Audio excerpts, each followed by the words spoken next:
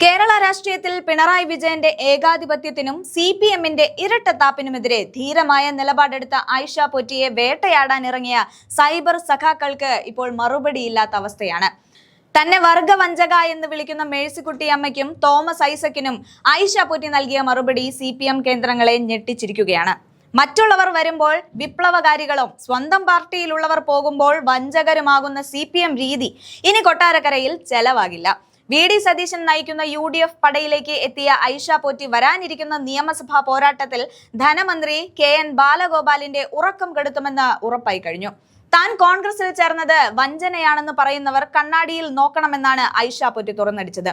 കോൺഗ്രസ് വിട്ട് CPM-ലെത്തിയ P സരിനെയും ശോഭന ജോർജിനെയും ഇരു കൈയും നീട്ടി സ്വീകരിച്ചവർക്ക് തന്നെ വിമർശിക്കാൻ എന്ത് അവകാശമാണ് ഉള്ളതെന്ന് അവർ ചോദിച്ചു. പാർട്ടി സ്ഥാനങ്ങൾ തന്നാൽ മാത്രം പോരാ, ജനങ്ങൾക്കിടയിൽ പ്രവർത്തിക്കാൻ സാഹചര്യം ഉണ്ടാക്കണം.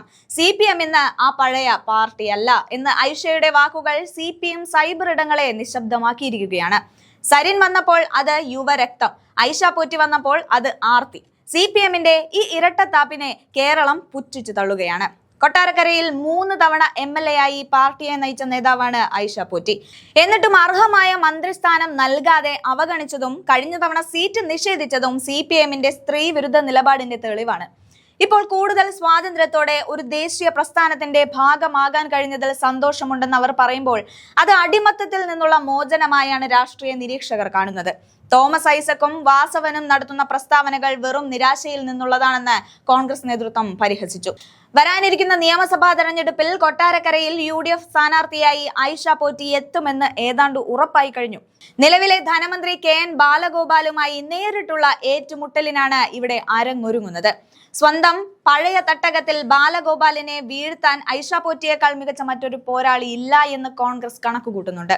CPM-ന്റെ വോട്ട് ബാങ്കിൽ ആയിഷ പോറ്റി വലിയ വിള്ളൽ വീഴ്ത്തുമെന്ന ഭയമാണ് ഇപ്പോൾ ഇടത് നേതാക്കളുടെ പ്രതികരണങ്ങളിൽ നിഴലിക്കുന്നത്. ആയിഷ പോറ്റിയുടെ ഈ ചുവടുമാറ്റം കൊല്ലം ജില്ലയിലെ ഇടതുപക്ഷ അടിത്തറ തകർക്കുമെന്നതിൽ സംശയമില്ല. സരിനെ വാരി അലക്കിയും CPM നേതാക്കളുടെ വായടപ്പിച്ചും ആയിഷ പോറ്റി തുടങ്ങിയ ഈ ജൈത്രയാത്ര UDF-ന് വലിയ കരുത്താണ് നൽകുന്നത്. കൊട്ടാരക്കരയിൽ ആയിഷ പോറ്റിയും ബാലഗോപാലും തമ്മിലുള്ള ആ തീപ്പൊരി പോരാട്ടത്തിനായി നമുക്ക് കാത്തിരിക്കാം.